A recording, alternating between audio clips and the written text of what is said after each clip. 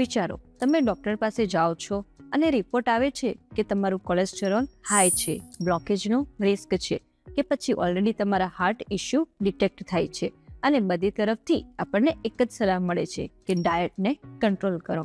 પરંતુ એ કોઈ ક્લિયર નથી કરતું કે તમારે એક્ઝેક્ટલી શું ખાવું, કેટલું ખાવું અને કઈ રીતે ખાવું કે આપણને એકચ્યુઅલ રિઝલ્ટ મળી શકે છે. તો ચાલો આજે આપણે આ કન્ફ્યુઝનને બ્રેક કરીએ અને હાર્ટ પેશન્ટ્સ માટે બેસ્ટ ડાયટ શું છે અને એ પણ રિયલ સાયન્સ અને પ્રોપર એક્ઝિક્યુશન સાથે. તો ચલો, સૌથી પહેલી ક્લિયરિટી કે હાર્ટ ડિઝીઝ ફક્ત કોલેસ્ટ્રોલનો ગેમ નથી. આ એક મેટાબોલિક ઇશ્યુ છે કે જેમાં ઇન્ફ્લામેશન, ઇન્સ્યુલિન રેઝિસ્ટન્સ અને પુઅર લાઇફસ્ટાઇલ ત્રણેય મળીને આર્ટરીઝને ડેમેજ કરે છે. એટલે જો તમે ફક્ત ઓઇલ ઓછું કરો વાળી ડાયટ ફોલો કરો છો તો તમે હાફ પિક્ચર જોઈ રહ્યા છો. તો હવે વાત કરીએ કે સ્ટ્રક્ચર્ડ અપ્રોચ શું છે. તો સૌથી પહેલું સ્ટેપ છે કોલેસ્ટ્રોલ સોર્સને સમજવાનો. એનિમલ બેઝ ફૂડ્સ જેમ કે રેડ મીટ, પ્રોસેસ્ડ મીટ અને ફૂલ ફેટ ડેરી એ તમારા લિપિડ લોડને વધારે છે. એટલે હાર્ટ પેશન્ટ્સે નોનવેજ સ્ટ્રિક્ટલી લિમિટ કાં તો અવોઇડ કરવું જોઈએ. જો ડેરી લેવું હોય તો સ્કીમ કે લો ફેટ ફોર્મમાં, અને એ પણ કંટ્રોલ ક્વોન્ટિટીમાં, રફલી 200 થી 300 ml પર ડે. સેકન્ડ મેજર ફેક્ટર છે રિફાઇન્ડ કાર્બ્સ અને sugar. White rice, maida, bakery items, મીઠાઈ, આ બધું ટ્રાઇગ્લિસરાઇડ્સને વધારે છે અને આર્ટરી ઇન્ફ્લામેશનને ફાસ્ટ કરે છે. એટલે અહીંયા ડિસિપ્લિન નોન નેગોશિયેબલ છે. રાઈસ કમ્પ્લીટલી બંધ કરવું જરૂરી નથી, પરંતુ ક્વોન્ટિટી શાર્પલી કંટ્રોલ કરવી પડશે. એના બદલે જુવાર કે બાજરી જેવા ગ્રેન્સ બેટર ઓપ્શન છે અને ખાસ કરીને ગુજરાતી હાઉસહોલ્ડ માટે પ્રેક્ટિકલ સ્વેપ છે. હવે ત્રીજું પિલર છે ફાઇબર ડોમિનેન્સ. જો તમે દરેક મીલ પહેલા રોજ સલાડ કે 2 ટોમેટોઝ લો છો તો આ મેટાબોલિક એડવાન્ટેજ ક્રિએટ કરે છે.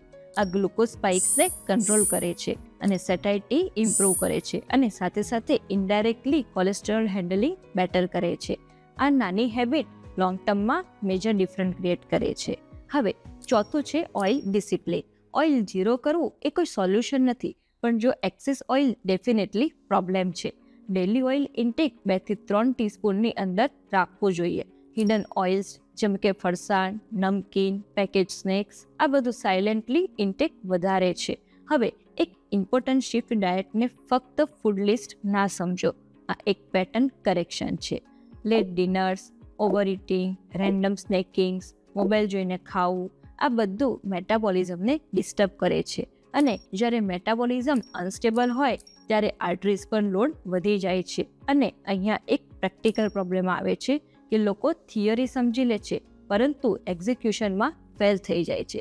હવે કન્સિસ્ટન્સી બ્રેક થઈ જાય છે અને ત્યાંથી જ ફરી પ્રોબ્લેમ સ્ટાર્ટ થઈ જાય છે. અને આ ગેપને બ્રિજ કરવા માટે સ્ટ્રક્ચર સિસ્ટમની જરૂર પડે છે.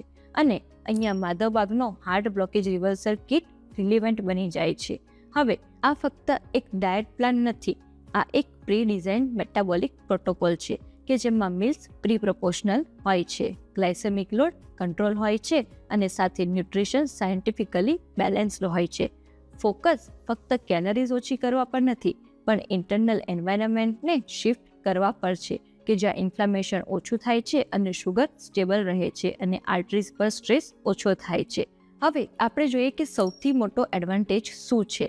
તો તમને ગેસવર્ક નથી કરવું પડતું કે આજે શું ખાવું, કેટલું ખાવું, કઈ રીતે ફોલો કરવું, બધું જ સ્ટ્રક્ચર્ડ હોય છે. અને જ્યારે સ્ટ્રક્ચર આવે છે ત્યારે રિઝલ્ટ સસ્ટેનેબલ બને છે. જો તમને લાગતું હોય કે તમે જાતે કન્સિસ્ટન્સી મેન્ટેન નથી કરી શકતા તો ગાઇડેડ અપ્રોચ લેવું સ્માર્ટ ડિસિઝન છે. તમે તમારા નિયરેસ્ટ માધવબાગ ક્લિનિક કે હોસ્પિટલ વિઝિટ કરીને પર્સનલાઇઝ્ડ ગાઈડન્સ લઈ શકો છો. એન્ડમાં એક simple perspective, heart disease control ફક્ત મેડિસિનથી નથી આવતું. એ ત્યારે આવે છે કે જ્યારે તમે તમારા ડેલી ઇનપુટ્સને કોન્શિયસલી ડિઝાઇન કરો છો. જો તમને આ એક્સપ્લેનેશન ક્લિયર લાગી હોય તો વિડીયોને લાઇક કરો.